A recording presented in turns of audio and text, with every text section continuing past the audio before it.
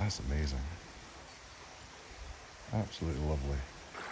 Various different focal lengths. So I've started at 0.3 there of the meters, basically a foot in front of me, working its way from the corner right through here, and then we got the burn there. Hello and welcome back to Accessible Photography. I'm in my favourite woods. Not really these ones here. I'm heading out through this lot, through the track, and I've seen a potential place to take some photographs. You've probably seen other photographers going out just now doing some woodland photography and getting wild garlic, and I've seen some wild garlic and new ferns, and I want to try and capture that. But I saw it yesterday, but I'm looking down a slope towards a stream, and across the stream on the other side is what I want. I don't even know if I'll get the angle I want, but I'm going to give it a try. Maybe pick up some other images on the way. This will be a short video because I've really just got the phone, the tiny tripod and a small camera, and a puffy dog. Where is he? Yeah, he's doing okay today. So Duke's getting on a bit now, as you can see, with the grey beard. So he's not doing quite so much. Anyway, let's go and explore. So I need to keep my eyes wide open for this trip for two reasons. One, it's a bit tricky underfoot, lots of tree roots over the path. And secondly, wildlife. Saw a lovely deer yesterday, just grazing, and then jumps away as soon as it realises there's a human around. And I saw a red squirrel as well, the elusive red squirrel. And I managed to get a picture with the phone, but pretty zoomed out as much as it will go. Not great, to be honest, but this place is full of wildlife. Love it. So I've reached the point I got to yesterday and saw this lovely scene. The light just isn't quite the same. It was a lot lighter. It's quite a dull day and it wants to rain. It was a dull day yesterday. I had a nice flat light, which is perfect for woodland photography. But there's not a breath of wind. So with a tripod and a long exposure, I could still get a really nice image. But what I want, I'm going to show you now, is down there. I don't really know how to get to it. So down past Duke is where I want to be, and what I saw was this area down here. Is it that area? Actually, it's not that area at all. It's further on, is it? Where's the wild garlic, Alistair? So today you won't see it, and I think it's gone now anyway, but there's a movement down there. You see it? Big red fox. So the area that I found back there doesn't look like it's right, because there was no wild garlic. Yesterday you could see the wild garlic from this distance. So I'm wondering if it's just a little bit further along this track. Pretty much where the fox was heading to. Where is it? It's got to be here. It's got to be, I can see white. I'm seeing white. Is it what I looked at yesterday though? Lots of white. Lots of white down there. This may be it coming up. The scene that I wanted and saw yesterday, I'm not seeing today, which is really annoying because it was beautiful. I don't really want to go clambering down a hill to find there's nothing to photograph. It must be there. So we're heading down the slope that I've done before. This is one of Duke's little favourite places. Go down and there's a stream at the bottom, what we call a burn, and he loves playing in it. In fact, one day he got into the deep water and was playing Submariner. He went right underneath. Never seen anything like it with him. But you might get to play a little bit. I want to be going from where he plays there round to where I've seen all the white area. So Duke's eating the grass, but here is the first lot of wild garlic I mentioned. All I want to do is find something to photograph. Now, what the problem I've got here is when I see people like taking photographs, they seem to get nice scenes, but for us, we've got lots of nettle and docking and sticky willy all growing up. And look at this. That is not very pretty. So I've got to find a scene like that that I can photograph. It's interesting to see what the other photographers are actually up against when they first start doing this, because there's so much weed, it doesn't make it very pretty. Somebody's been through here, you can see a path. There's a possible. It's just finding the right image. I'd love to get to where I saw, but I don't know how to get to it. I think I might need to go around the edge here and follow around the side of the burn. This is very frustrating. I've found a fence in the way between me and where I want to be. Not only is the water in the way, I've now got a bloody fence as well. But that's the fence I've got. And it runs down to the water there. So I found the end of the fence right beside the water. It's really shallow. I think I can get across. Let's have a try. Right, that doesn't look deep, and I've got my boots on. Use Duke as a depth gauge.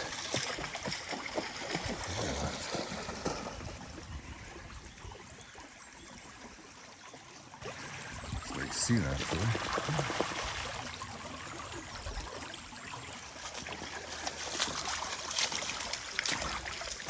There we go. Across the water, and I can see a worn path. Wild garlic everywhere. It's just finding a scene that I like. And now if you look, all the blue is on that side. I've got the distinct feeling I'm going to find what I want and not get a photograph. I'm not going away without a photograph. So we're working our way along here, basically using animal tracks.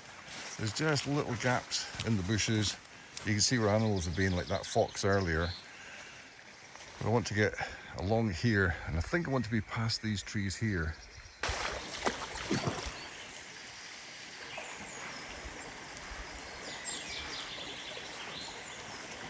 So the path and the terrain has brought me back up on the other side now. So up high again, looking down. Again, I can see lots of what is nice, but getting the right view. But I think I'm getting closer to where I want to be. And it's a definite track now, look. Nice old tree. Look at that. Look at this.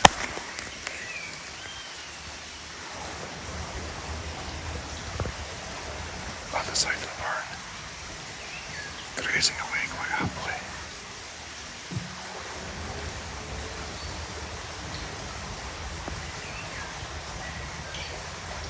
The image is probably terrible because I'm zoomed in so far. 7.7 times zoom. The camera's only 3 times. If we go back to the 3-ish, that's the 3 there. Let's just zoom in on them, or whatever. I've not got the right lens on the camera to take a picture either. Hold on, I'll do it with the phone. The video is quite better, I think, than the camera. That's amazing. Absolutely lovely. And Duke has no idea because he can't see it, thankfully. But I think I'm now past where I saw from the other side. I'm sure that... Oops. Sorry, I was looking around and not looking at the screen. There's Duke. He's going to see it in a second. He's not allowed to chase them. No. You're not allowed to chase the deer. But he can definitely see that now. If he actually opens his eyes, he can see it but I don't want them going over there. That's it, it's gone. And a duck. Good boy, you didn't try to chase. Good boy. Right, I'm going to head back because I don't think we found what I wanted. So getting a bit despondent. I've walked quite a long way along the other side of the stream. I've not found what I want. I think I'm looking at it just now, which is this area here, but it's just, there's nothing. And again, on the other side, it's absolutely gorgeous. But there's now a big fence in between me and it and the stream. I'm looking out. I think I'm going to use what I find anyway and go for that. The hunt for an image. It's never easy. So I'm kind of giving up with what I was trying to find. I found a nice little scene here. A broken down fence and a fallen tree. It looks quite nice. It should be full of bluebells, but they're not really showing very clearly. And one tiny patch of wild garlic. There's a nice tree here as well, which could kind of frame it. So if I came further back and maybe used a wide angle. So I've used the wide angle lens, 12mm, and that's the image that I've taken with it. Now we'll go and see if I can find something else before I give up for the day, because time is getting on. So a case of make do with what you can find if you can't get what you want. And what I've found is, well, we've had the stream all along and it's bubbling through here quite nicely. And look, we've got some wild garlic.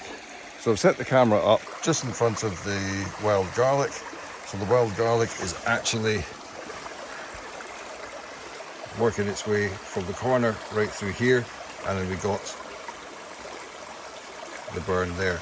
Now guess what I didn't do? I didn't bring my variable ND, but I've got a polarizer on, which I can put on, which will help. But also it's quite dark, so I'll probably get a long exposure anyway. This could be fun. And I've got Duke in the way again. Oh well. Right, see what that does. You can see how it takes the shine off, and then put it back, comes back again. So you can adjust that to suit. So taking the first test shot with Duke in the image at 1/25th of a second, 4-second exposure at f16 to try and get as much in focus as possible. And with this lens, it's just amazing how much is getting. No! Don't eat! Bloody eating my foreground, little bugger. Stop eating the foreground. Eh? What do you like? Garlic's not good for you. Eat the grass there then, go on. You pest. What have I got to put up with? I shouldn't complain, because I won't have them for long. But yeah, I could do with them out the image just now. Hey, I don't really want you right there. No. So the first picture with Duke in it wasn't perfect. I'm just going to move the camera back a little bit and try and get more of the garlic showing right in the foreground there. So I'm taking various images at various different focal lengths. So I've started at 0.3 there of the meters, basically a foot in front of me, 2 feet in front of me, and then put it right up to infinity there. I think f16 should do that, and it really did. I want a 2-second delay and a 4-second exposure at just over 100 ISO. Did it take the picture? I was talking too much, I didn't see. So take another picture. And that's what I've got. And then I can do the plus sign there, and that zooms right in. and I can see what's in focus and what isn't. So the foreground is actually still in focus, even though it's in infinity. And of course the background, that's in focus as well. That's quite amazing, that. It's wonderful.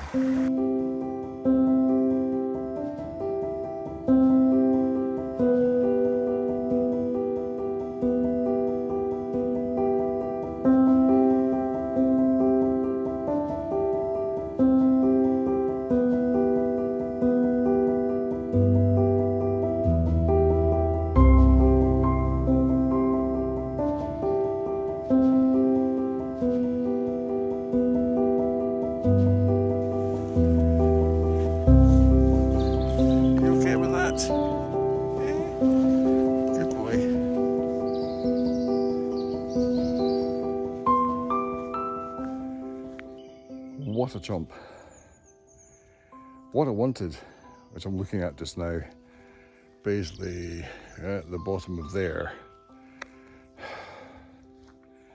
is on the side of a small tributary stream going into the small stream that I was walking along. I've gone the wrong direction completely. I should have turned left at some point. I can't recognize where that was. Actually, I think I've walked along that stream. It's dried out completely for a little bit to get to where I wanted. I should have followed it up here, and I got some lovely greenery, some nice ferns. I'm not quite seeing the garlic that I wanted, but yes, I was in the wrong place. But I got a picture. I think the picture I'm going to use is the picture beside the stream, the burn, with the garlic in the foreground. I took some other pictures, and I don't think they're going to come out as well as I'd like. I'll check once I'm on the computer, but I think I'm going to finish this video with just basically the one image and say thanks for watching this far. This is the first video since Tenerife, and it's good to be back out. It wasn't planned in any way. That's why I'm just holding a phone. I don't even have a holder for the phone to show it, to put it on the tripod. Just basically winging it. It's probably the best way for me just now. So yeah, that's me. And I'm planning a video to talk about the camera and the lens, and another lens is on order. I'm hoping it comes sometime in the future, because I haven't really talked about this camera and why I'm using it, other than I think I mentioned briefly that it was lightweight and I hadn't been well, but I want to talk about it a bit more, and especially the fact that it seems to have developed a problem.